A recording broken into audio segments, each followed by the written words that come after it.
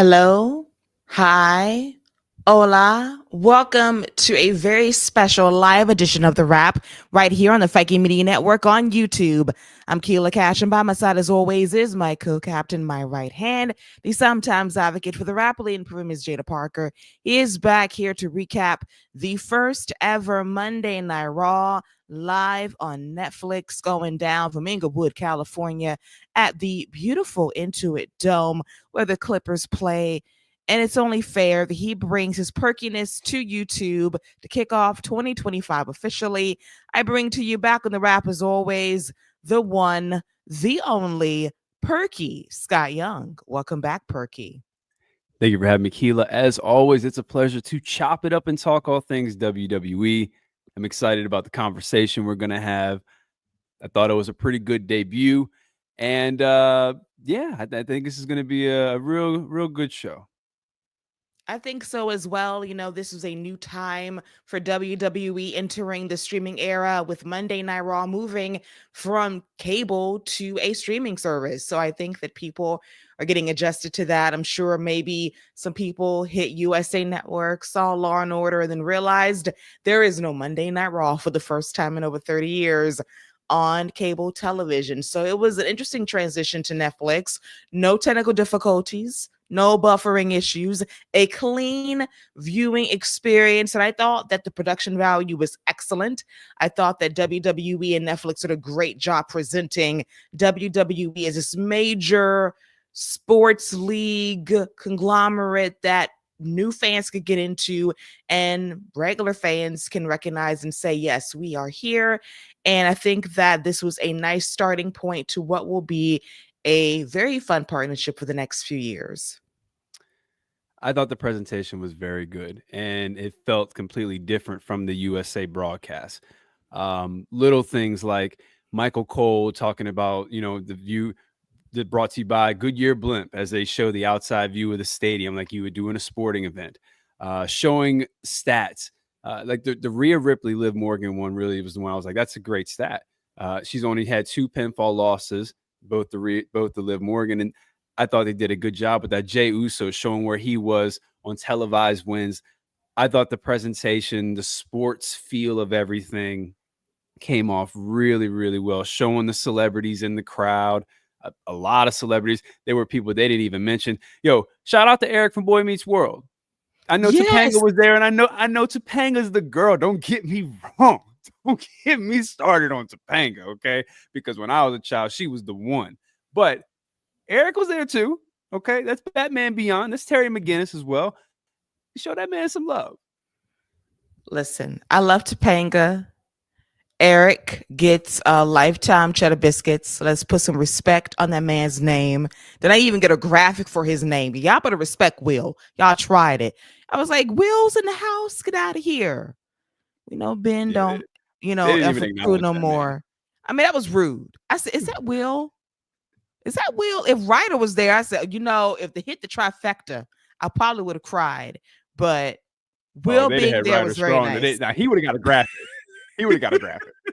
Ryder would have got a graphic. They'd have called him Sean. No doubt about it. They'd have made sure it's Sean right there. Sean, Topanga, and Eric, that would have been everything. So nice shout out. But the pop that Macaulay Culkin got, and he played it up so well with the reveal. Like, y'all know who I am. Y'all know this face. His brother was there too. He didn't get a graphic. So also in the front row. Kieran was there, and they didn't put that man on the graphic who won a Golden Globe last night. I just saw him in the background during one of the matches. I was like, oh, wait a minute. Okay. I guess they're not going to show him either. But again, it kind of goes to show like how many people they had. There was a ton of people there. It was, but you got like Emmy winner, Golden Globe winner, SAG winner, Kieran Culkin in the house too. And you don't put a graphic up. He just won an award last night. But that really speaks to the star power when you're missing people in the crowd. But Scott spotted him. I didn't know he was there. But I'm gonna go back and find the match because he was in the background. He stood up, and I was like, "Oh, okay." The only reason I recognize him because he looks exactly like Macaulay. Oh my God, they all look alike. They really do. The only reason I recognized him. Yes, they all look like twins, that family. They truly do. So that was cool. A lot of fun people in the crowd. The WWE superstars on camera too, promoting their storylines for television as well. So lots and lots of fun. I love the drone shots, especially to make this show feel big time. But the building itself, they need to run that building, I would say maybe twice a year, and run a PLE there because that building is gorgeous. I mentioned on the Discord that it reminds me of like a mini SoFi stadium that has that vibe of like it's not a stadium, but it has the build of one in terms of how they shoot stuff. And I thought like the building itself was like a star because it was so big, so nice, and they shot everything beautifully in there. Yeah, it looked great. The shortened ramp, I thought that was a nice touch. It really made you feel like it was as packed as it could possibly be. Um, like I said, I enjoyed the presentation, even the black mat with the sponsorships. I really thought it was going to bother me, but I didn't mind the black mat. I like that better than the blue mat. I can tell you that for sure. But it's I thought it came off real well, man. Everything about the presentation itself, I thought was spot on. Yeah, the black mat with the advertising, very unoffensive, I must say. Like it wasn't bad. The blue mat on SmackDown was very distracting because I was like, is that blue carpet that's not going to be removed anytime soon? Definite choices there. But even the referees now have gotten a wardrobe upgrade. No more stripes. They got that modern, clean WWE ref look. No more zebras. Rest in peace, Foot Locker people. Foot Locker ain't going nowhere. They still need the shirts. They can still use the shirts. Somebody's going to find use for them shirts, so they good. There's a surplus sale going on right now for referee shirts. Workers are getting a nice discount right now because WWE's like, hey, we got a wholesale going on right now. I know. Oh my gosh. We'll get into it later. But some shout outs from Fernando, who's joining in on the conversation. Good evening to you, sir. As he's basically talking about, some key matches on the show that we're diving into in just a moment. Shout out to Maria as well. Thank you for joining us this evening. And Lady B in the house, one of my favorite people that has great takes on all things WWE and AEW, New Japan. And then Lady B says New Day took shots at Kendrick Lamar while LA during the NXT post show. Hope they make it home alive. Yeah, and they're in Compton on top of that. So prayers up, because when you come for Lamar, you're really risking your life at this point. Ask Drake about it. But their bravery to do that twice in one night, we're going to pray for Kofi and Xavier. No doubt about it. I wouldn't worry about it. They'll just sue. I would worry about it. A class action lawsuit. That's all. I'll take care of that real quick. Oh, you want to hit me? I'm trying to get paid. Yeah, that'll take care of that. We just sue nowadays. Absolutely. And hey, it'll work. I would actually love a worked lawsuit that the New Day files against Kendrick and says, listen, in the event, preemptively, if he tries this, we're suing. But we'll talk about someone on this show that lit it up, that lit up something live on the air. We'll get to it. And two rhythmless people trying to yeet on a table. We'll get to that as well. No, we don't need to get to that. Pause. We don't even need to worry about that. We don't need to be worried. No, we don't. We don't need to worry about nobody eating on nobody. Pause. We can just keep it moving. Like, no, we have to discuss this. We must analyze what we witnessed on TV during that show. We must. We have no choice. But before we get to that highlight or low light or in between highlight, let's talk about the cold opening to Monday Night Raw. It was a history of professional wrestling montage narrated by Triple H.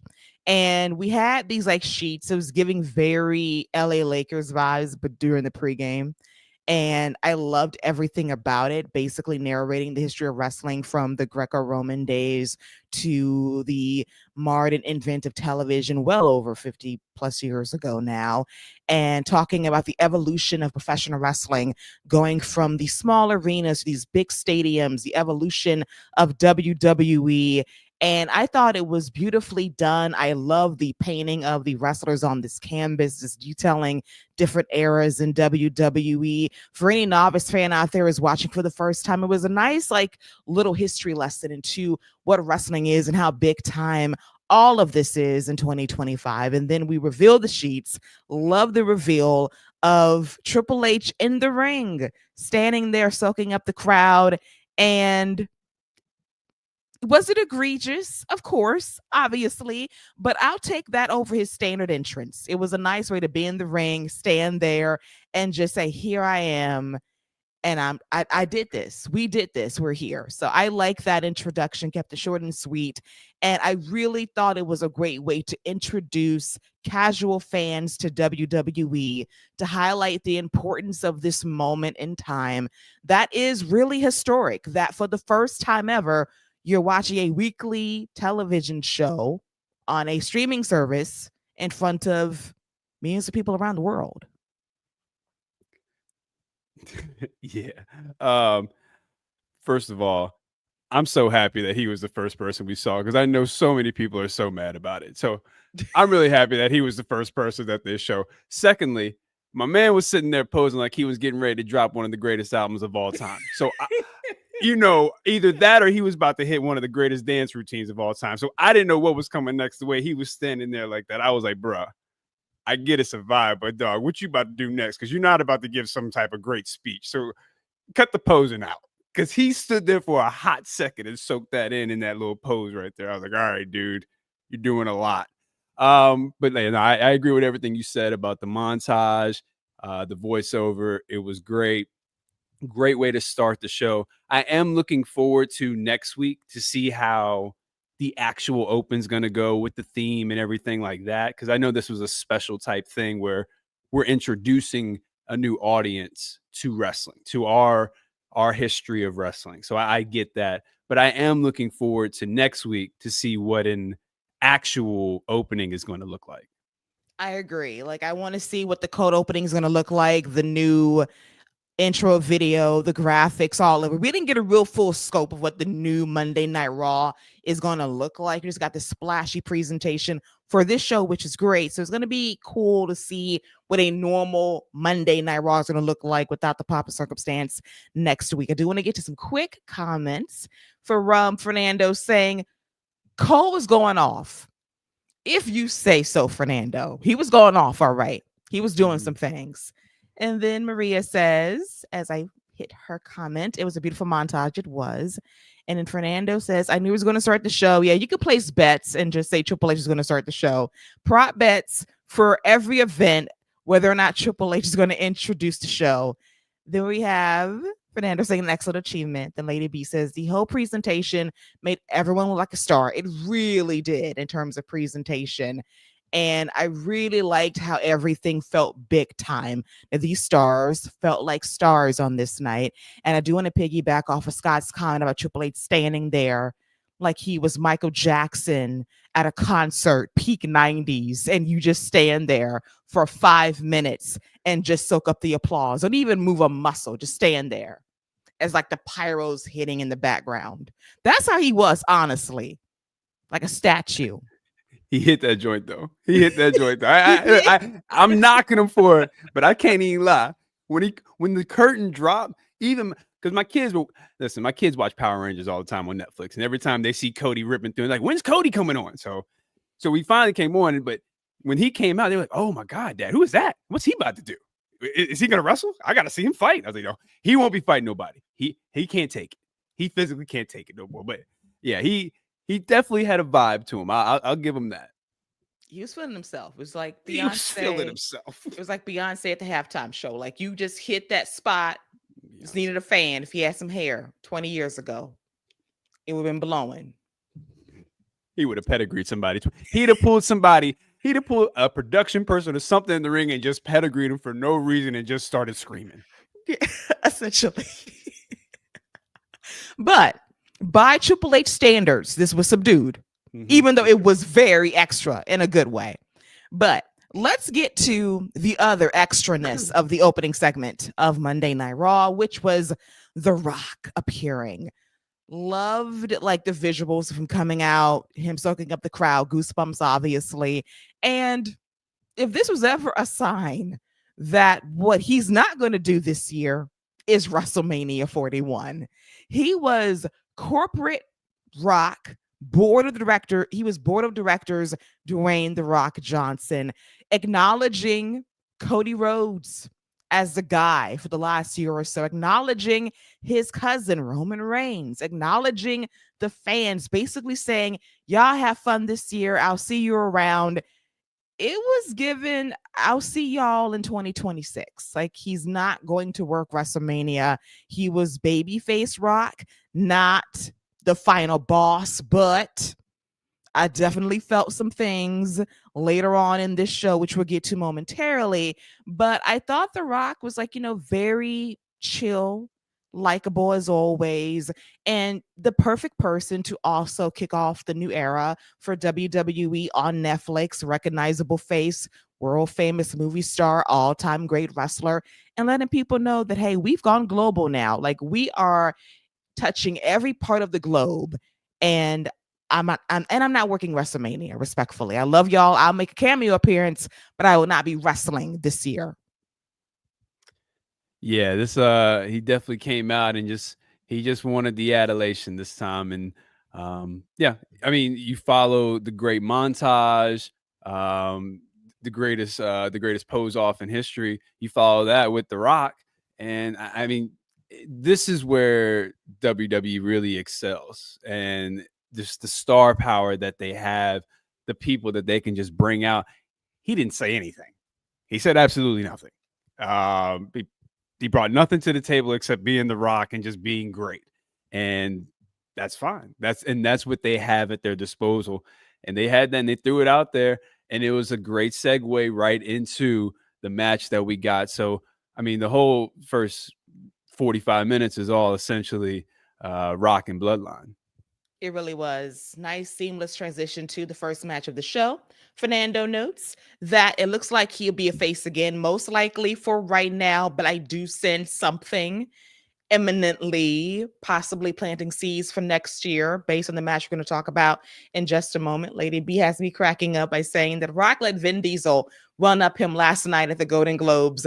Didn't expect him to do it 2 nights in a row. Yeah, Vin Diesel at the Golden Globes like said, "Hey, Dwayne. Hey, how you doing? Hi."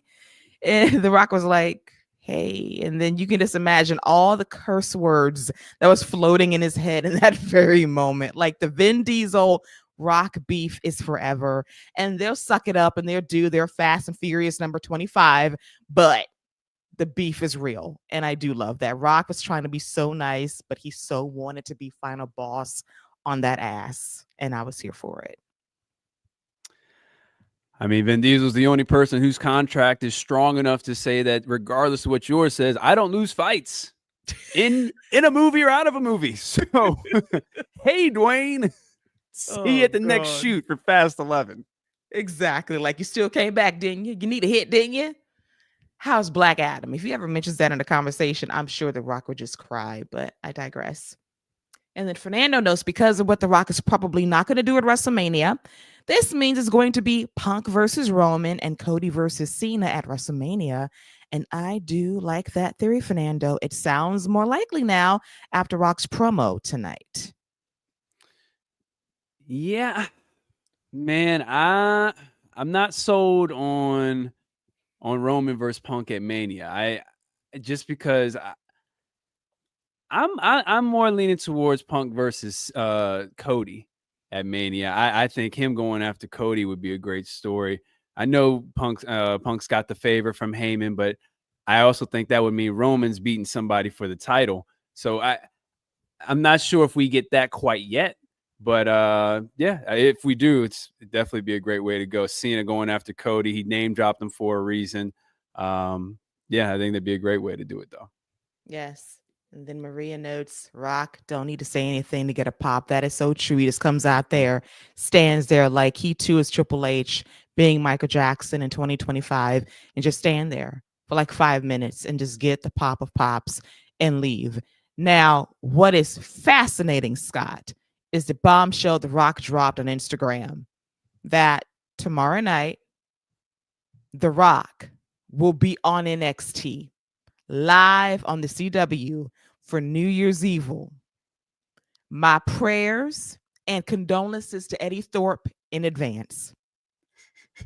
Let me tell you something. That man ain't showing up in the ring.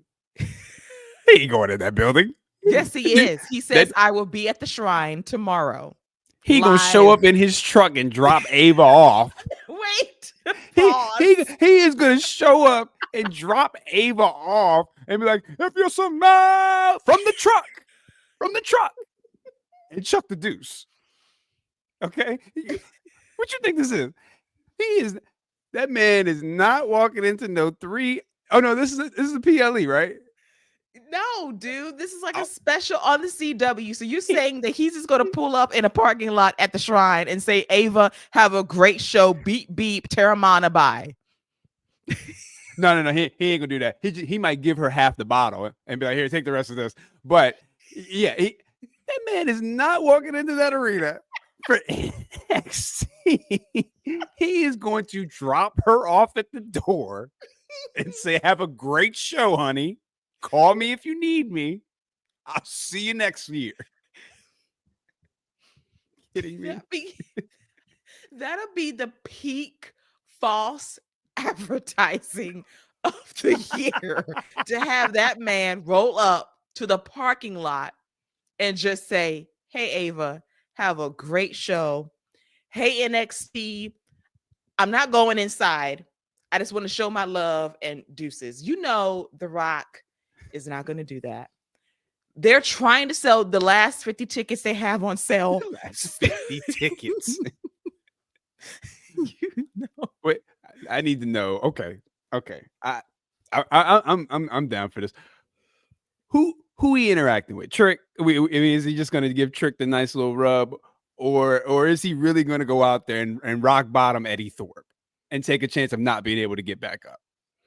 Dude, it's just one rock bottom. He'll get back up. Okay. And listen, Trick interacting with The Rock would be like huge for him. Huge. I agree. Huge. I agree with now they have to hit their time cue perfectly because the CW doesn't do runovers. So they have to really milk this. Like he's got to open the show.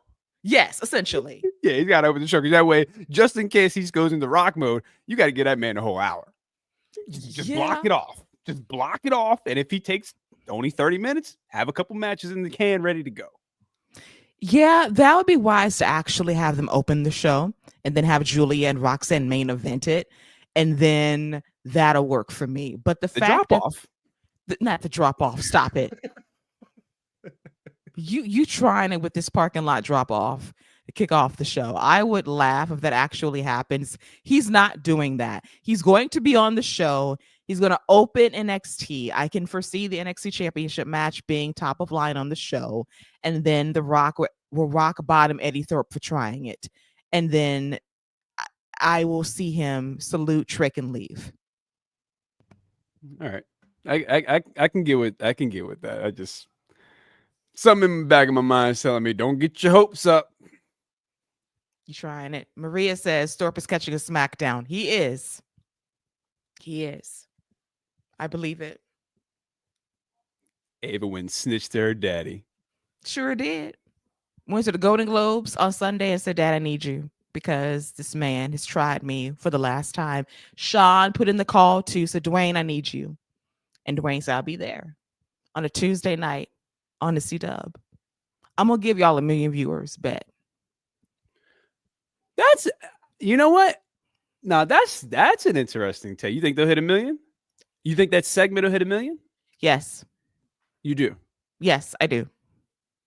I think it'll flirt with the premiere in Chicago. Like it'll be like average around with him being on the show now, probably around 100,000+ viewers, honestly. And his segment will peak at 1 million. I'm gonna be honest with you. I know you say Trick. I'd rather see him interact with Evans. That's my guy right now. Yeah. I think I'd rather see him. I'd rather Evans see him backstage and him just be like, "Yo, you the one. You keep going. You the one." Because he's getting all these little endorsements from everybody. I'd love to see it be actually. Maybe The Rock does stay in the back and just goes and talks to everybody. Maybe he does. That might See, be I all right. told you he'll go You talked physically me in the into it. building. There you go. Tell me in the parking lot. You tried it. But then again, like Javon's gonna have like a miraculous recovery after Cedric told us last week his jaw was wired shut. Sipping food from a straw. He's gonna drop Ava off, and then he's gonna go to the hospital. We're gonna get a nice little backseat. Oh, I gotta go check on Evans. Ava, have a good show. There you go. So you're saying that Evans took like a medi flight to LA for further treatment and Rock just happens to be there? Yeah, Rock's personal doctor. Now you're being too extra now. Fernando says Eddie's gonna get roasted. Oh, most definitely. And that also gives stock to his stock, obviously, because if you're gonna get rock bottom by the Rock, that means they see something for you. And I'm very happy for Eddie that it took like a little hill turn for him to try to get that push and nod in NXT. It was sorely needed. He needed this kind of character boost. So good for him. And getting your ass kicked by the Rock is a great way to do that. Very much true. Now, let's get to the first official match of the Raw on Netflix era. It was Tribal Combat. It was The Rock being there at some point in this match, or post-match, I should say, to watch over his cousin, Roman Reigns, the Tribal Chief, versus Solo Sikoa, the other Tribal Chief, in the fight for the Ulafala. Now, we had a Tribal Combat match over a year ago involving Roman and Jey Uso. Did not love that match at all. Kind of hated it. But I thought this match was a very nice nod to all of the overbooked madness of WrestleMania 40 in Philadelphia. It was a nice nod to a lot of interference, a lot of shenanigans towards the end. I thought the match was very good. I thought Solo and Roman did a good job engaging the crowd. I love how excited the crowd was when Roman powerbombed Solo through the table for a near fall. And then we had the New Bloodline and Tama Tonga and Jacob Fatu come out there to take out Roman until Jimmy and Sammy came out there to even the odds. And then it came down to Kevin Owens trying to get his pound of flesh on Roman by hitting a stunner. And then that did not defeat Roman as Solo goes for the cover. Cody Rhodes comes out in his suit and tie and his loafers, and he fights Kevin, hits a Cody cutter, and they fight through the crowd. And then Roman recovers enough to land a spear on Solo to win back the Ulafala, to win back the title of OTC, the only tribal chief. Paul Heyman is relieved. And as he's about to present the Ulafala to Roman Reigns, The Rock suddenly appears, walks down the ramp, and tells Paul, I got this. Let me acknowledge my tribal chief, as I am the high chief. And he basically says, here, Roman, this is your moment. He presents the Ulafala to him. And this means a lot to Roman. You can see him paying tribute to his dad and uncle because they both passed away very close to each other late last year. And I thought that was a very nice presentation. But I was definitely thinking to myself, what is The Rock thinking? I saw his face. Very interesting facial expressions when he was doing this. So they're definitely planting seeds for the High Chief versus Tribal Chief sometime at WrestleMania in the next year or two. I thought I was going to get a rock bottom at one point. Did not happen. But you can definitely sense tension there bubbling for future reference. But overall, pretty solid match. Interference galore, but it worked in this case to get Roman back in position as the only true tribal chief in WWE. Good first match of the Netflix era. And, you essentially started it off with your two biggest stars. You start with the Rock promo. You go into Roman Reigns coming out, Solo, who's been elevated and they trust to be in this match. This is a big spot for Solo Sikoa, and I thought that he did a great job. I thought Jacob Fatu, when he came in at the end, brought a ton of energy, and you could just feel the vibe change, and you could feel the crowd really just going with him. And even when he was hitting the finisher and he was telling he loves the crowd is ready for Fatu. So this could be very interesting. I'm looking forward to what comes next when Solo does acknowledge Roman Reigns, because he's already said if he wins, he will acknowledge him as the tribal chief. And I don't see that sitting too well with Jacob, but I'm looking forward to that. This is a good start. Roman Reigns gets a big win. And I thought the Kevin Owens touch was very good and very interesting, that he would come out and try to ruin Roman Reigns the way that, Roman had pretty much ruined him. Cody coming out, that's all my kids wanted. They were dying to see him. So when he came out, that just set the whole thing on. So you got everybody, all your top names out there, all your top feuds out there in that first match. So I thought that was very well done. Like you said, a good ode to all the interference from the past matches. It was very curious that Jey decided to be like, hey, I got a match later, so y'all two go ahead and handle that. I'm main event Jey Uso now. Y'all go handle that now, okay? Y'all the tag team now. I'm main event Jey Uso. So I thought that was interesting, but very good match to start the Netflix era, and Roman Reigns gets a victory on his first night on Raw on Netflix. Definitely. Like Jey not being there was interesting. Like your family's providing support and you're saying, well, listen, I have a match to prepare for and I need to get in the zone for that. But y'all got it though. I trust you, Jimmy. I trust you, Sammy. You got this. Support the family. Defend our family's honor while I sit back here and watch from afar. Like, Jey, okay. Okay. I'm just saying, man. That's what happens when you go solo. You start smelling yourself a little bit. Man said, yeah, got a big match coming up, Main event Jey Uso. I gotta go hit the, I got stuff I gotta do later, you know what I'm saying? It's very smoky later in the show, we must admit. Fernando notes, hopefully this is over and Roman can move on. Yes, I think this has gone on long enough. And Ulafala is back in his hands around his neck, and we can move forward. And a very good question, where do you think Solo goes from here? I honestly don't know. He has to acknowledge Roman now, obviously. And as Scott talked about, how would Jacob react to that? Because basically Solo says, I will fall in the line and you do as well. So if I acknowledge him, you must acknowledge him too.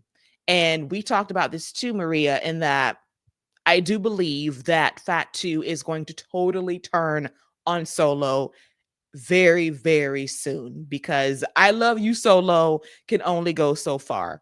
And I do think that at some point he will get over as a massive baby face. The fans are ready for it. Like they do the I love you Solo alongside him every time he comes out there. So he definitely is in that mode to be a baby face. And Solo, I don't know.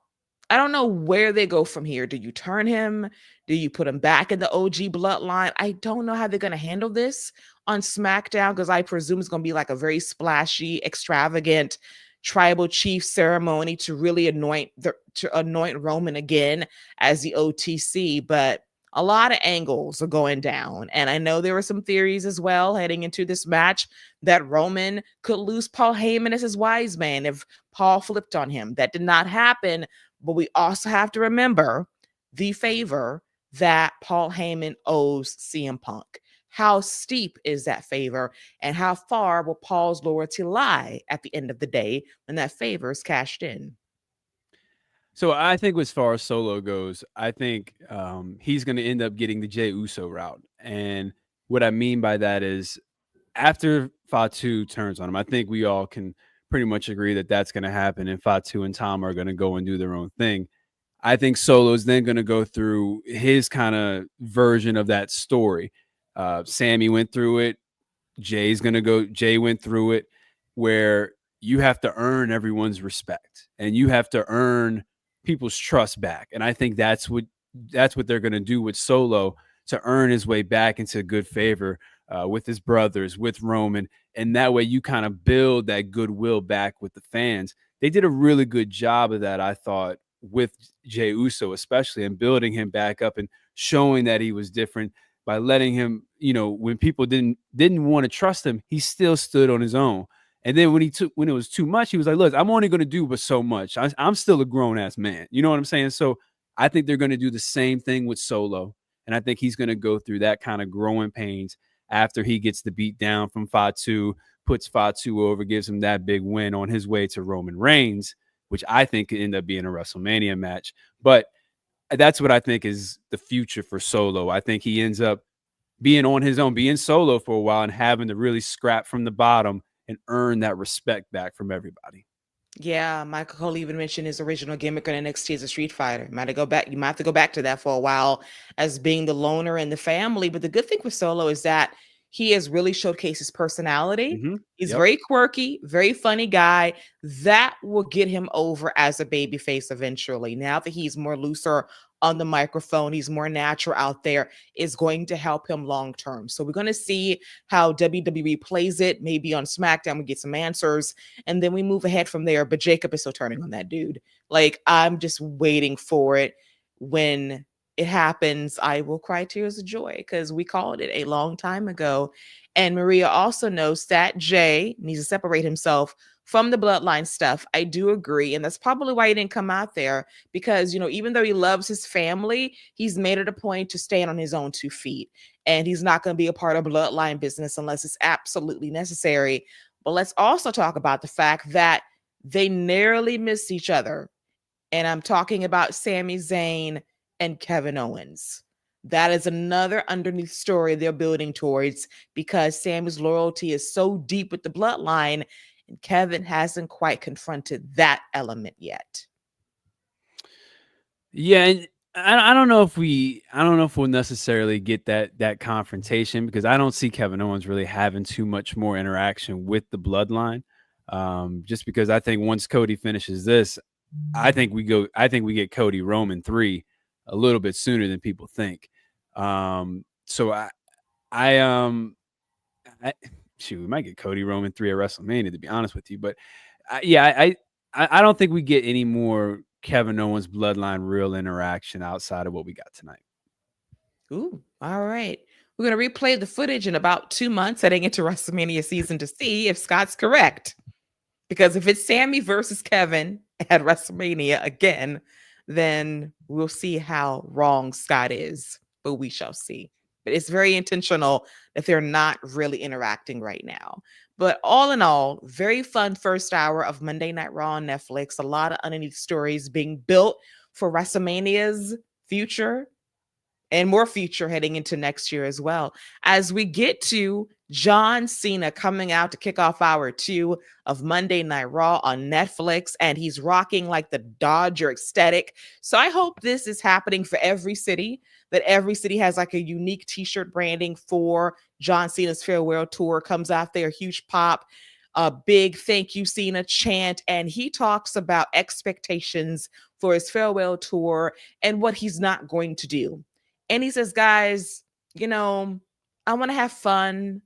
I want to leave on a high, but I want to be realistic. Number 17, being world heavyweight champion, I don't see it for me. I haven't won a singles match in over 2,000 days. I'm on a losing streak, man. And my pathway to a main event match at WrestleMania for a championship is pretty narrow. I mean, I have to, possibly win Money in the Bank to get a championship match. Got to probably go through Elimination Chamber. And then, I could always do the Royal Rumble, but I was going to just be at the Royal Rumble, not be in the Royal Rumble. And then the fans fell for it, hook, line, and sinker. And then he said, you know what? The Royal Rumble is like a lottery, and you can go in there and you have odds of winning, which are slim, but hey, I like taking risks here. So I'm going to put myself in the Royal Rumble in Indianapolis, and I'm going to try to make my way to WrestleMania, go after number 17. And I thought that Cena's promo delivery was brilliant and that the fans are now hooked on number 17. The fact they booed so loudly at Cena's pessimism was like, hey, it's not going to happen for me. They want this to happen. And he hooked them in one promo. And now you're looking forward to the Royal Rumble to see if he can get it done. If he doesn't, you have Elimination Chamber, pathways to WrestleMania, and a championship. I thought it was a great work by Cena. Fans loved it. And now we're on this journey that has people excited for whether or not he can break the record. When people ask, about Cena and back in the day, how he was able to, the crowds would turn on it, but how he was able to get the crowds to, by the end of whatever promo or match he was in, to get them to just rally behind him. And this was a perfect example of that. He was able to get the crowd to boo the things he was saying, not him, but the things he was saying. And this is a crowd that loves him. Now imagine a crowd that hates him, because he was getting that vitriol hate that we hate you, Cena. But by the end of the promo, he would have that crowd in the palm of his hand. And whatever he needed, whatever reaction he needed to get out of him, he would get that reaction. A example of that is when they were in Seattle, Washington, him versus Randy Orton, when they had the WWE title, World Heavyweight title, and everything was all about Daniel Bryan. They were going crazy for Daniel Bryan. Mark Henry, in his salmon suit, tried to lift his hand up. He tried to get the crowd to calm down. They still didn't calm down. Like, everything was about Daniel Bryan. But John Cena was able to manipulate that crowd and take that energy Daniel Bryan was given and put that in the promo. And by the end of it, they were fully invested in the match. This was a perfect example of that. Like, and what you said was spot on. He made you think about the 17. He made you think like, yo, you're John Cena. You can do this. And when he fired up at the end and said, I'm not going to watch the Royal Rumble anymore, I'm going to win the Royal, that fire came back. And you felt the crowd like, oh, that's the John Cena. That's Super Cena right there. Super Cena can do anything. We've seen Super Cena. I thought that was a perfect first promo for the retirement tour, to just set the stage for any match, to let you think, hey, it's not a guarantee he's going to win this match, whatever singles match he's got going on. And he talked about how when it's your last, when it's the last one and it's your last, you hold on to those ropes a little bit tighter. You take those steps a little bit careful. You're a little bit more careful. You're on the side. Everything he said was spot on, and it just made you feel attached. So now every one of these matches, Elimination Chamber, Royal Rumble, and whatever other type of number one contenders match he's going to be in, that crowd, no matter who is across from him, is going to be fully invested and fully on his side. It's a beautiful promo that now will stick with him for the rest of this run. Beautifully done. It was brilliant, man. The fans ate it up. And I just love how they were upset at him being so negative. Like, yeah, guys, it was fun. This ain't gonna happen for me, but I'm content with that. And they were like, hell no, go after that number 17. And now that's the journey. That's the story heading into WrestleMania. And now if he doesn't win the Royal Rumble, Toronto, that's the next opportunity that he has. If that window closes, these international shows for his retirement tour, it picks up even more importance, because how does he get to number 17? What pathway does he take to WrestleMania? All of this is fascinating. I loved every bit of this. Cena just captivated that crowd from start to finish, and I was here for it. I really enjoyed it, and I'm hyped for what he's going to do at the Royal Rumble in Indy in February. It's going to be a lot of fun. And Fernando is also on Team Me, saying KO versus Sammy at WrestleMania. I'm going to prove you wrong, Scott. And then he also notes that he's going to have a special jersey for every city he appears at. I do believe that. So when he comes to Atlanta, if they sell the special shirt on WWE Shop, I will get it. I like specialized theme shirts. I want that in my life. I really, really do. So go ahead, John. And Fernando also notes that I think Cena gets a Sting type of retirement. He's going to win the World Championship on his last match, then vacates it on Raw. Ooh. That would be something.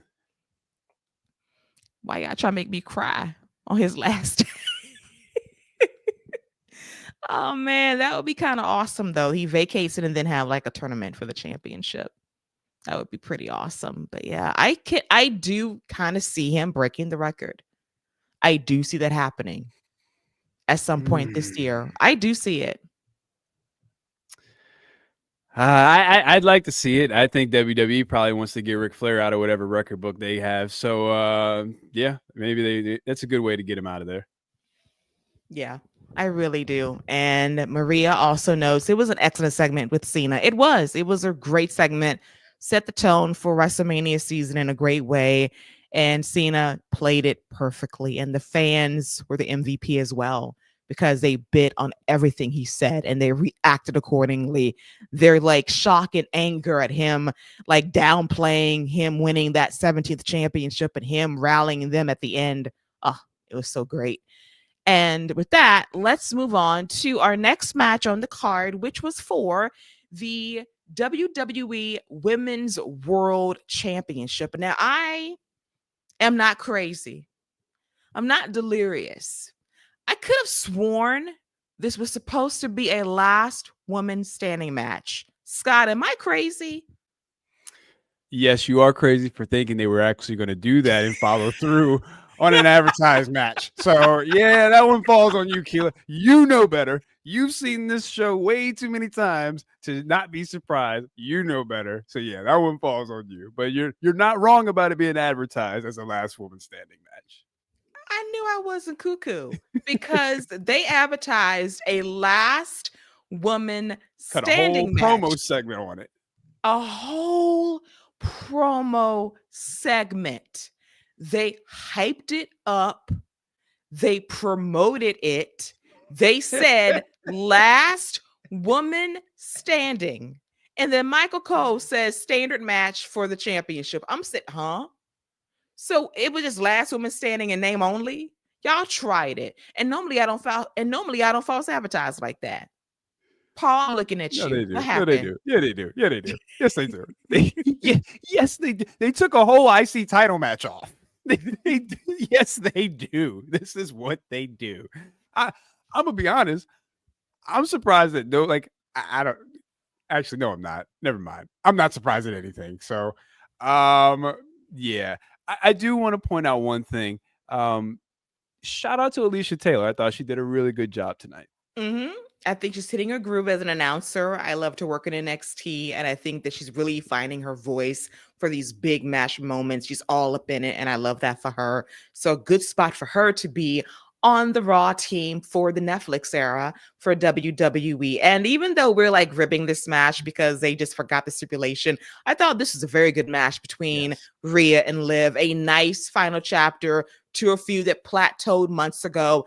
They have great chemistry. That was never in doubt. It was just a booking that was a choice during their matches over the last few months. This was excellent. I loved everything they did. Great transitions, clean match. And Rhea Ripley got the W, officially got the dub, hit 2 Riptides on Liv to get back the championship. Cheddar biscuits for Rhea looked great. Gear was everything hitting. And as always, she loves her theme song. Mama was lip syncing for her life. I loved it. And we did have minimal interference from Dirty Dominic and Raquel Rodriguez. Thankfully, it was not overbooked to hell. And after the match was over, Dominic tried to sneak attack Rhea, but he went for a hug. And then after months of waiting and hoping and praying, Rhea low blowed that dude, kicked him right in the nutsack, and then hit the riptide on him at long last. So all in all, fun segment. And then we get a cameo from the American Badass Undertaker. So they basically told that man, hey, what you're gonna do is you're gonna get on your chopper and you're gonna roll around the ring one time and you're gonna back up on the ramp, you're gonna pose with Rhea, and that's your night. Here's your check. And then as a bonus, we have Michelle out there on camera and she'll pose and you'll get your check. Have a good night. See, you got that backwards. What happened was they asked Undertaker to walk down to the ring, and he was like, "Nah, nah, won't be doing that." I was like, ride around the ring, and she can come walk up to me. But I'm gonna tell you what I'm not gonna do, and that's walk down that itty bitty ramp and walk around the ring and walk up. You want me to walk up the steps? Nah, man. I'm gonna sit on my chopper, okay? Because once I finish the segment, I'm going home. I'm riding out. I'm going back to the hotel. No, I thought this might have been the best match between Rhea and Liv, at least Mhm. recently. I thought this was a really, really good match. I agree with everything you said. They had really good chemistry, especially tonight. So, uh, really good job. Nice title change. This is a memorable moment. We've got a little bit of a shift in the women's division. Big title change Friday. Big title change tonight, and this felt like the closing chapter of this part of Rhea's story. So I'm actually very excited to see what they do with Rhea next, because she's been built up as a monster. She's only one person's defeated her in the last few years, like they pointed in that graphic. So I wonder if now is the time, because Naomi can go and do whatever she want to do and go glow somewhere. I wonder if now is the time for Bianca. Sir, sir. See what we're not going to do in 2025 is your continued hateration of Naomi. You're going to stop that. Because let's not really act like Friday. exactly. She pulls greatness out of Nia every time. Nia needs to give her like 5 game checks because all their matches have hit. They also have very good chemistry. Naomi's a very good tag partner with Bianca. They have really good chemistry. I will give her that. But that being said, Bianca is probably one of the most gifted North American wrestlers going the game right now, and is arguably the biggest star WWE has just wasting away in the tag division. So I want now to be the time to give me Bianca versus Rhea at WrestleMania.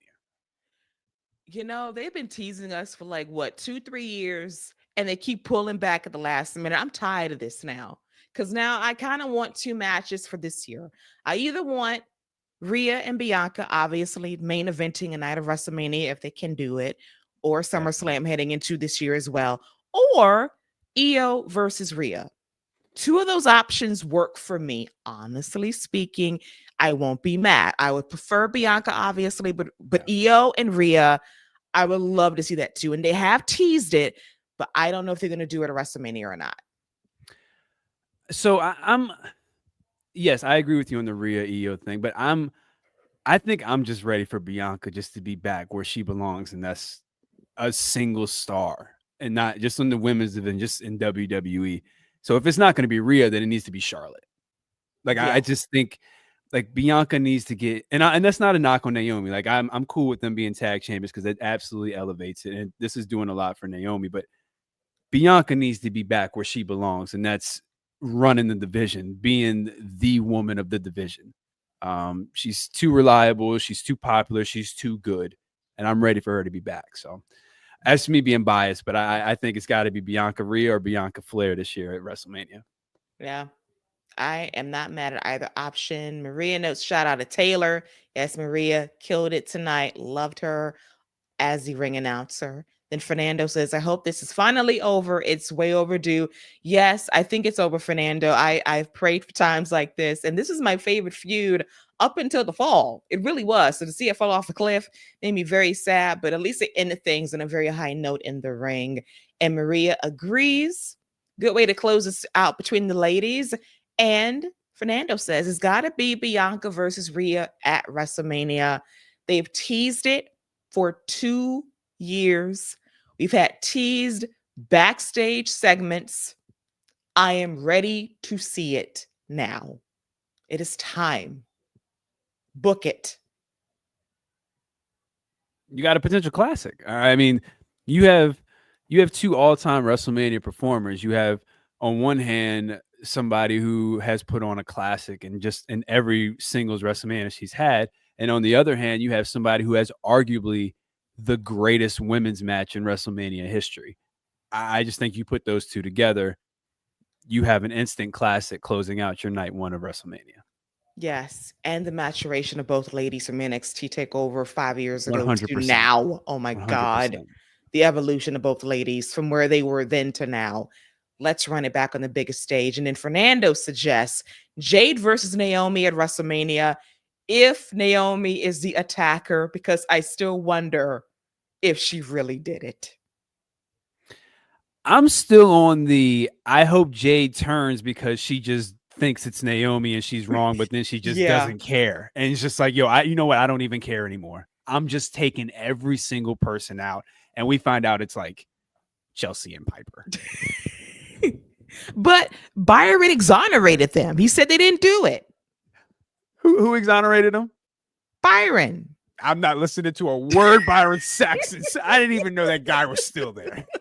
Noted eyewitness Byron Saxton says, I saw with my own 2 eyes they were not back there whooping Jade's ass on SmackDown. So Trust he me. saw who did it, but he knows it wasn't them. Well, he says when it happened, he was talking to them, so he knows it wasn't them. Okay. At the time of the attack, even though he doesn't mess with Chelsea like that, but he says on this night I will be your alibi. All right, I'll give you that. Shout out to Byron.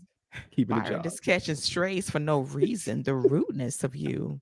My God, what did Byron do? Like, what did I do? Let me live. You're right. My bad. I'm gonna let him live. Yes, and Fernando booking WrestleMania says Charlotte is going to win the Rumble and challenge Tiffany. Charlotte Flair coming back to win the Royal Rumble has crossed my mind. They're holding Ashley's return back for very obvious reasons. You call her Ashley, though. I sure did call her by a government name. I called her Ashley. I sure did. They're holding Ashley's return until February. They said we're not going to be doing SmackDown or Netflix. We're going to wait until the Royal Rumble. Then they're going to bring Becky back at the Royal Rumble and let it be Becky and Charlotte as the final 2. Let that happen. I don't think Charlotte needs the Rumble. I think Charlotte's the type of person who come out and be like, yo, she could come out in March and be like, yo, Tiffany, me, you, we're doing it. So get ready. Like, that's all she's got to do to get a title shot. But it would be a huge moment, and those final 2, that would be great.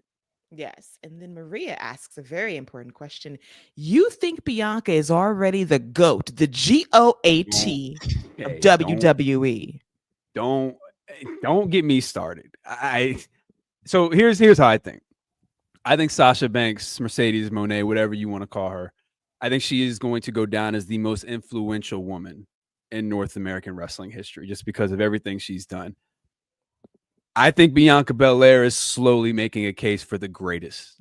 Just when you put in the accomplishments, the accolades, the match quality, I don't think she is the GOAT, but I think when it's all said and done, she is absolutely going to be in that conversation, and her face will be on a Mount Rushmore for sure. Yeah, I agree. I mean, that's been my girl for years. Day one in NXT, Mae Young Classic. I said she's got next, and seeing her evolve from pre-show match at WrestleMania and the Battle Royale to main eventing WrestleMania 3 years later to winning the Royal Rumble 4 years ago to where she is, this ascendance of her talent. I can't say enough about how much I love Bianca Belair and how she is one of the greatest to ever do it and might go down as the greatest when it's all said and done. And Scott's right. And I think that this year it needs to be a reset of her being at the top of this division, whether it's Monday Night Raw or SmackDown. Like, yes, she has elevated the tag team scene. It was necessary to make those belts mean something, to give these teams merit to fight for something.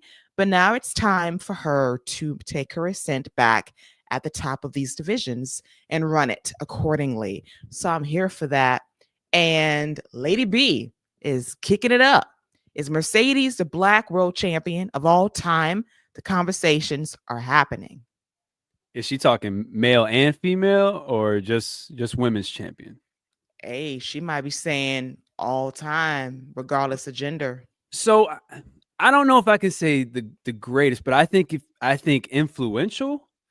Like I said, I think she will go down as the most influential women's wrestler of all time. I mean, first main event for WWE, first all black women's main event for a WrestleMania, the first two women to close the wrestling, then to go to AEW and to be essentially the belt collector, no gender, okay, to be the belt collector.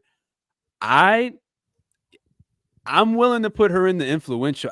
The GOAT conversation is a tough one because I think Kofi's got a strong case, strong argument right there. I mean, The Rock still He don't want to claim it, but he still is who he is. I mean, what's today? January 7th. He got a few more weeks, and then he's gonna be all in on that. So it's hard, but I do think Mercedes will go down as arguably the most influential Black wrestler of all time. I do think that claim she absolutely has a stake to. The strays you just delivered at that. I mean, and how casual you were when you were saying it. And this, and then you counted back to say today's January 7th. So let's backdate it right now. You tried that, man. Oh my God. And then Lady B's trying to counter Kofi and Rock, but the matches. Yeah, I listen, the matches, when you go match quality, you're absolutely right. The moments, she has the moments. I said I'm 100% not saying you're wrong. I just think that's absolutely has to be a conversation though, because I mean, you talking about somebody who has arguably been the most popular wrestler, period, at one point when you're talking about The Rock. I don't know if you could ever say that about Mercedes at one point. I don't even know if you could say she was the most popular in the company at any point in time.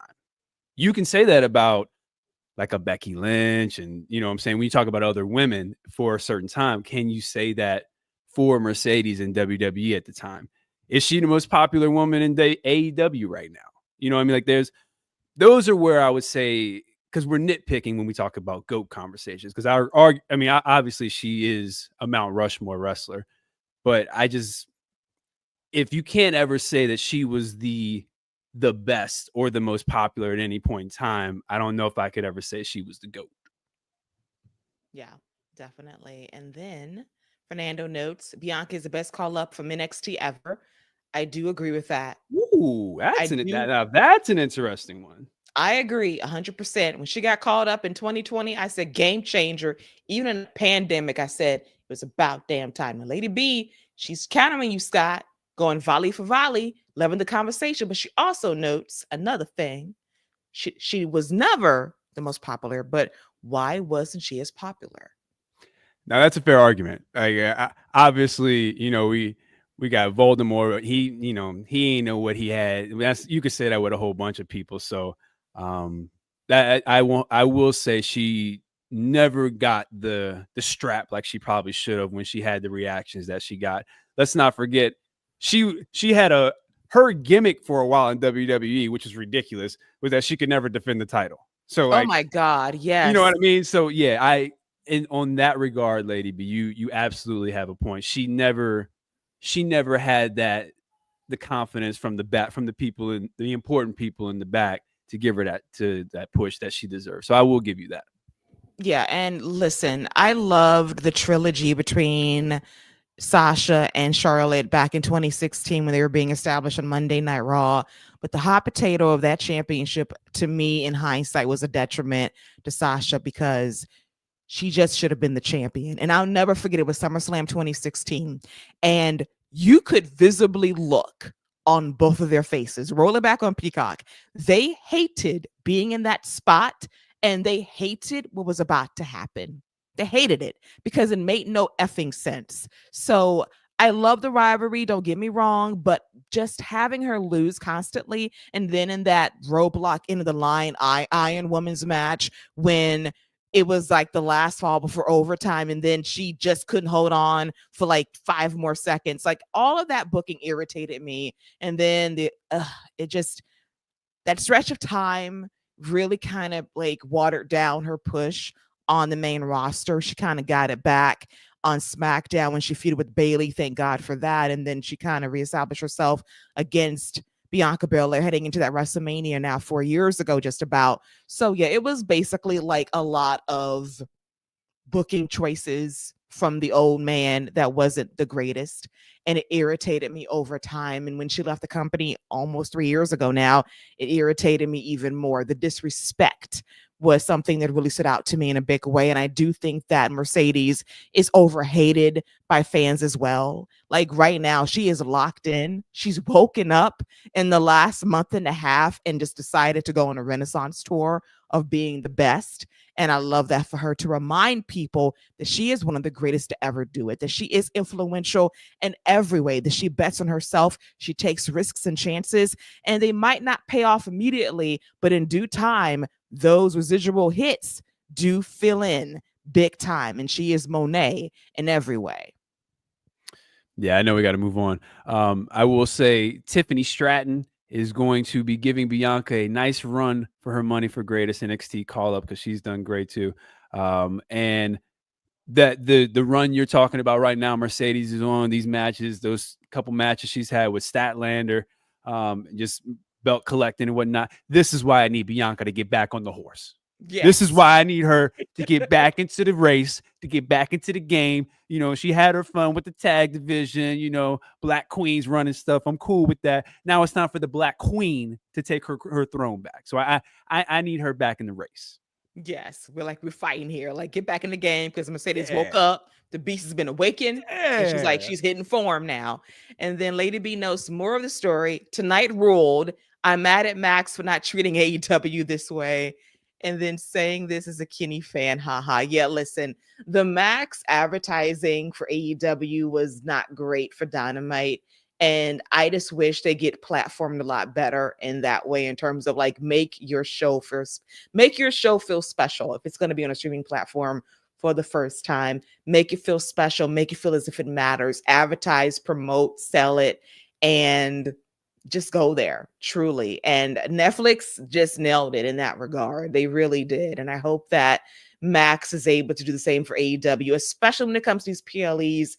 If they're going to air them on their platform in the new year, they have to do that. Like, this is now your jewel on your streaming service, promote it as such, make it feel big time, and maybe do some exclusive shows on there and promote it. How about that? Yeah, shout out to Tony Khan. Don't you do it. Don't you do it. Shout out to Tony Khan. You know, I'll get to my match of the week later. Just shout out to Tony, man. All right. Now, what might be the match of the year so far in WWE? You know, you just threw me off. You're like, match, wait a minute. Okay, yeah, it's just true. We just started. What might be the match of the year so far in WWE? Hulk Hogan versus the fans. You took my gimmick. That's Hulk great. Hogan versus LA.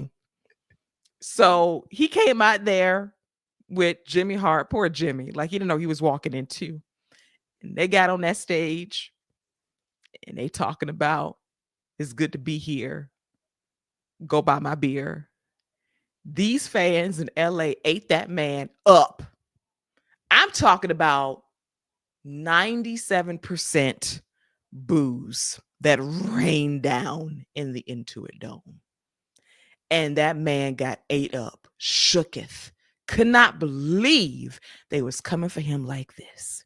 And I have to say, shout out to LA. Shout out to Inglewood, who's up to no good as always, which I was up to some good last night, because y'all got that man out of here. Packed him up, said, get the hell out of here.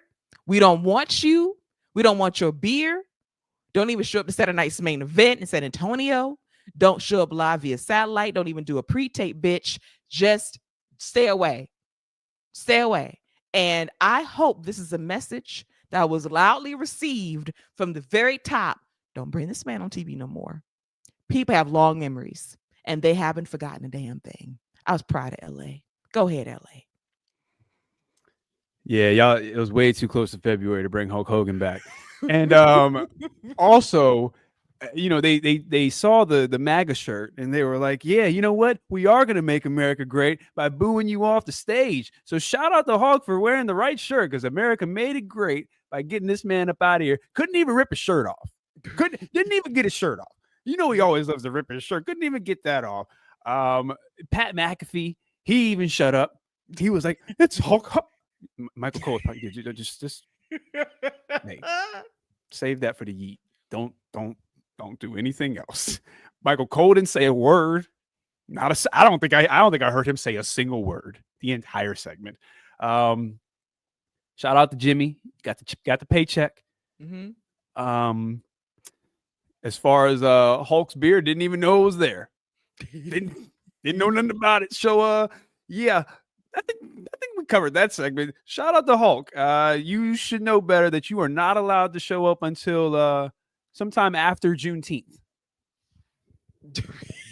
And even then, it's a choice. Yeah, that's a choice. That's a real choice. I think what we're gonna do from here on out when it comes to Hulk Hogan on Netflix, let's just keep that man to some of them ad commercials we got. Mm-hmm. You know, like that's a perfect way. You want to put his beer on there? Put it on one of them little ad commercials you had. You did pretty good with the ads. Go ahead, throw that man on there. That way, I know if I see Hulk Hogan, I got a bathroom break coming. Oh, for sure. Undoubtedly. So, and Lady B says, Steve Austin remains my GOAT for reasons. Yep. I said, how come we couldn't get a beer sponsorship on the mat? Really? Because he playing with his cat. That man said, I'm not coming to the show. I'm playing with my cat. Poncho, Macho, like 2 solid ass cats. Like, I'm on the ranch chilling. Like, Stone Cold you got to pay me at least like a stack. That man said, listen, I didn't show up for WrestleMania. Y'all think I'm gonna show up for this Netflix show? Y'all fucking Poncho, get over here. He said, listen, I'm expensive. If you want to get me out the house, you got to pay me at least 5 stacks. God, and I'm talking about 5. For real. Like, apparently, that's how much it's gonna cost Paul to get that man out the house, because he is expensive. He didn't show up at WrestleMania. Could have been here. Could have been like a beer sponsor for his show here. And you got to pay that man some stacks, and I don't blame him. Don't come cheap. Nah, I'm gonna tell you what it was. He said, "Who else are y'all getting? Oh, Terry here. I'm good. I'm good. No, thank you. See you next year. No, thank you. Where's the USA at?" Oh my God. Yeah. So shout out to LA.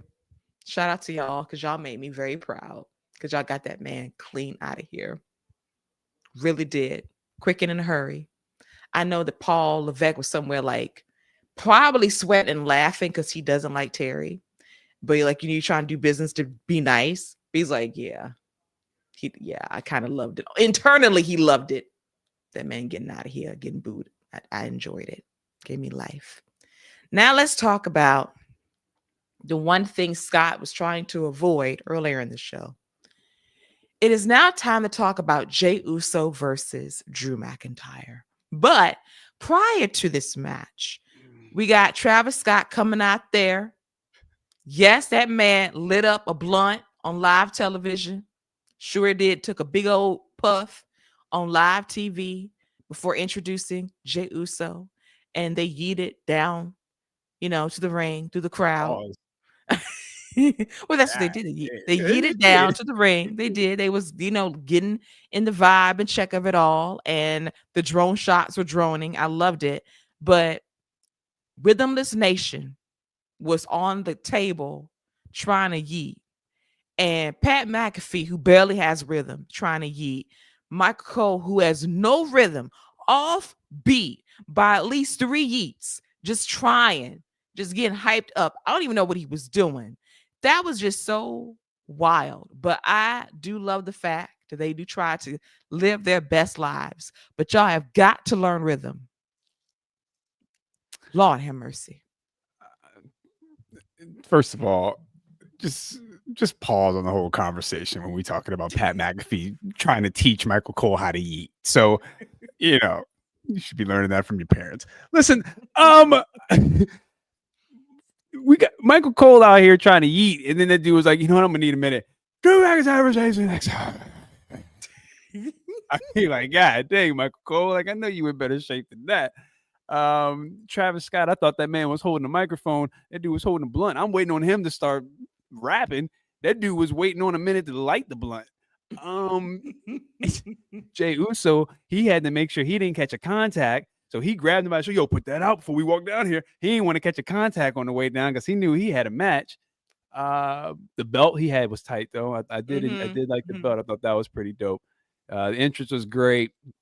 I still need to know why Jey couldn't come out and help his family, but I guess we'll save that for another show. Um, yeah, they definitely wanted him to have. I mean, I get why they did it. They wanted him to have his own entrance so the crowd could go crazy and all that. I get all that, but still, match was good. Drew McIntyre looked great. I thought the finish kind of it plays into Drew's whole thing he's had going on all year, where he always gets a little bit cocky. He always, instead of finishing his prey, he always likes to play with his food a little bit. So that kind of fit into it. And Jey doesn't get a lot of big wins on TV, so this is a big win. I was definitely expecting Drew to win. Yes, the teases of the finishers by both guys. I thought like, oh God, this is it.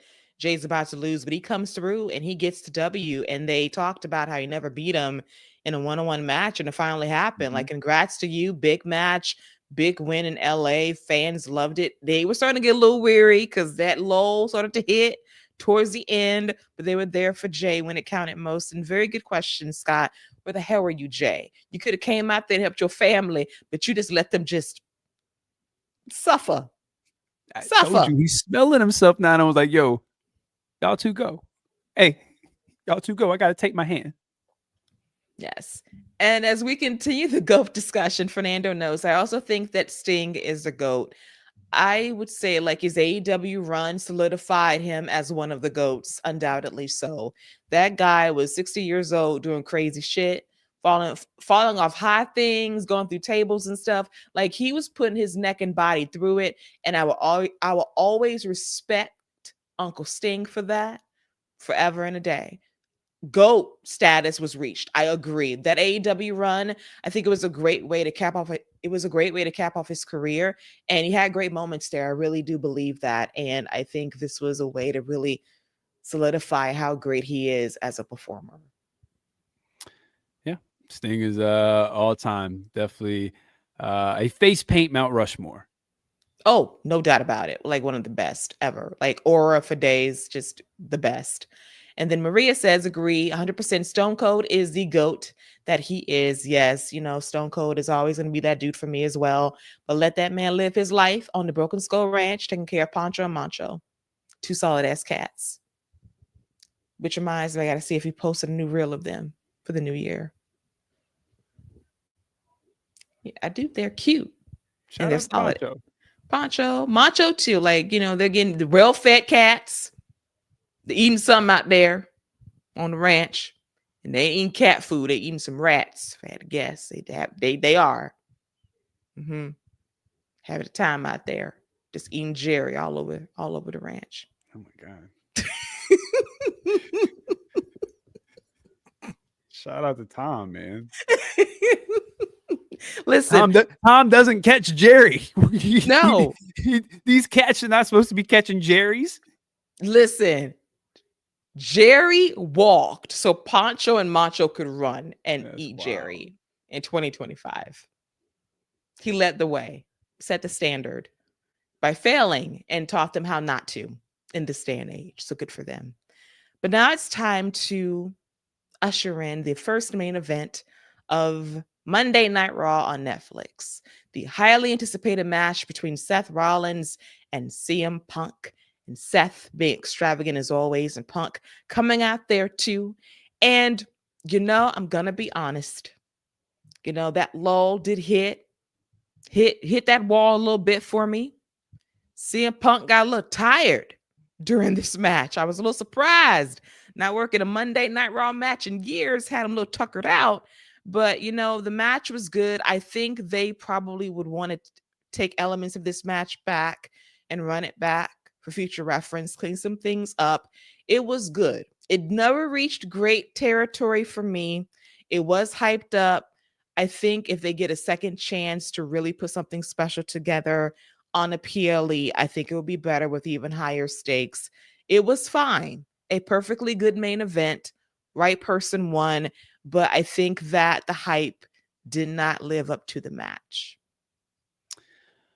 I'm going to be on the other side of the coin. I thought the match was really good. I really enjoyed the match. Now, I agree with you. It didn't quite hit that great status that maybe like the Rhea Ripley Liv Morgan match did, but I thought this was a really good main event. I really enjoyed it. And I thought CM Punk, yeah, he was gassed, but I thought it actually played more into the story, and I wish they kind of would have played that up a little bit more, of him just not being in the same type of shape Seth Rollins is, and that's something that they should be playing up more as far as CM Punk goes, because he's not, and he's not going to be able to keep up with a lot of these young guys, and that's an easy story you can tell with every single match, um, especially one that's been built up as this kind of hatred that you have with CM Punk and Seth Rollins. Like I just think that's got to be something that you play into more, because the physicality that Seth Rollins brings to his matches, you could see it wearing CM Punk down.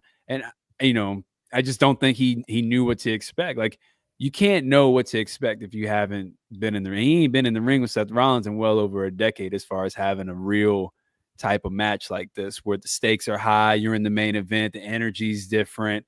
It's a whole different vibe. So I enjoyed it probably a little bit more than I think you did. I agree it didn't hit the great status, but I thought they did a good job of establishing both Seth Rollins, hitting CM Punk with his own moves. I enjoyed it. I thought it was a good match. Yeah, I thought it was solid for what it was. I do think if they ran it back, I think it'd be a bit better. But I think that CM Punk learned a valuable lesson. Little brother has hops still, quick on his feet still, and you're trying to catch up with him in this day and age. And I thought he did an okay job, but I do think if they ran it back, it would be a better match. And as I said before, the lull was starting to hit a little bit, because we haven't had 3-hour Raws in a minute, and it kind of hit that wall slightly, but not that much. I think that the body of the show flowed really well, that the wall wasn't fully hit, but I think it's a reminder that they do need to kind of keep things under 3 hours. Thankfully, the show did not run 3.5. Whew, a relief. They knew when to end the show, mostly on time. But I do think overall, this was really a great way to cap off the show. I thought this was a great introduction of Monday Night Raw on Netflix. The presentation was tremendous. The matches made sense to me in terms of the layout and order and how they kind of padded things between segments. And Fernando is Team Scott, saying that the match is fire. I might have to watch it back tomorrow on a delay just to get a feel of it, because it was running late trying to do the show as well. I might change my mind looking at things that I might have missed, but upon first review, thought it was all right. It might be good upon a second watch, but overall, I thought the show was excellent in terms of, hey, we're here on Netflix. We're about to have a time. My slight disappointment is the fact that y'all holding Penta until next week in San Jose, but that's okay. So to that point, and something that you mentioned earlier about the lull and the 3 hours, I think that they did a really good job this first week of the people who weren't on the show. Like, I think they did a good job of the video packages and just giving teasers of these are the people that we have who you're going to see going forward. Braun Breaker, the Gunther video package I thought was really good, establishing him. And, you still got the Wyatt Six. Like, I think they have, this is going to be a better, I think, a better, what's the word I'm looking for? They'll do a better job of spreading out the talent as far as the time frames week to week. I don't think we're going to see a lot of people multiple weeks back to back to back as far as in ring, multiple segments like that. Like, I think they're going to be really spreading things out a lot more, giving things a lot more time to breathe. So I'm actually okay with the Penta thing, because I think it kind of might have got a little lost in the shuffle today. You talked about the lull. When would they have put that in? So I think next week's a good time to really let it breathe. Same thing with the IC title. I think we'll probably get a Gunther in ring. We've got Ludwig next week. Like, I think they've done a really good job of being able to spread the talent out. We won't see Roman again until the 27th.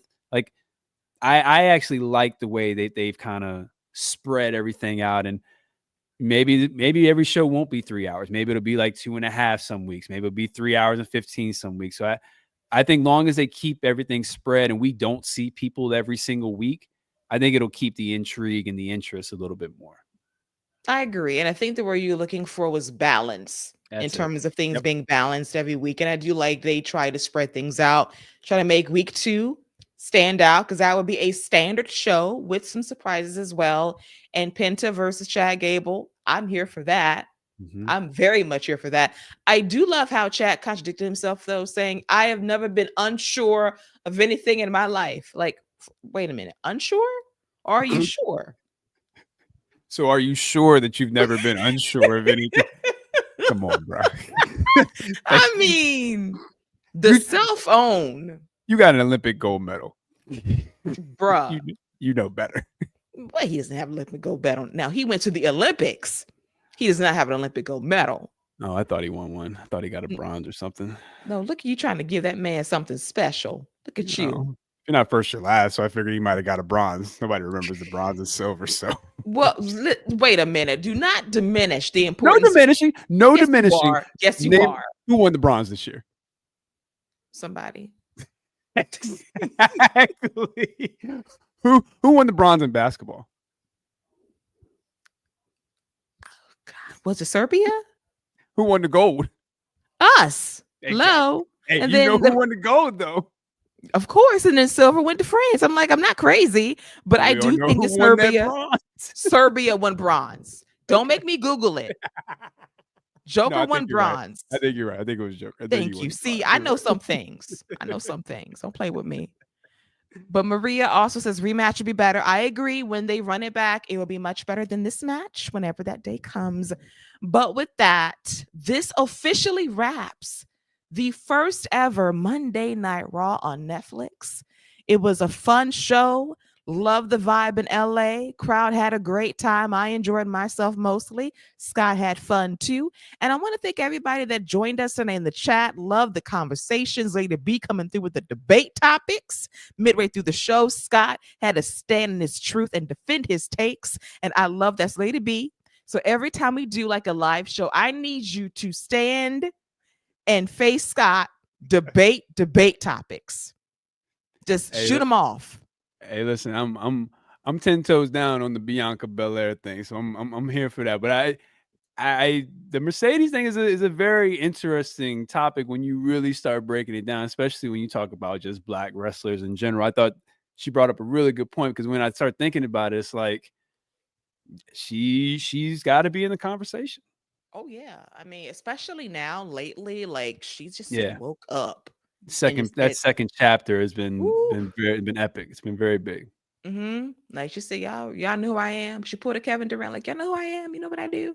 Like this is who I am. If y'all forgot, and she's been definitely making that case in the last month and a half. And belt collector Monet, I'm all about that too. So she's been on a great run, but I'm hoping that Bianca gets back on track this year as well. And I think that she will, and she'll be a major factor heading into WrestleMania season. So with that, before we go, because, we have to do it to really send off this show on a high note at 1:04 a.m. Eastern time, our first match of the week, courtesy of Scott.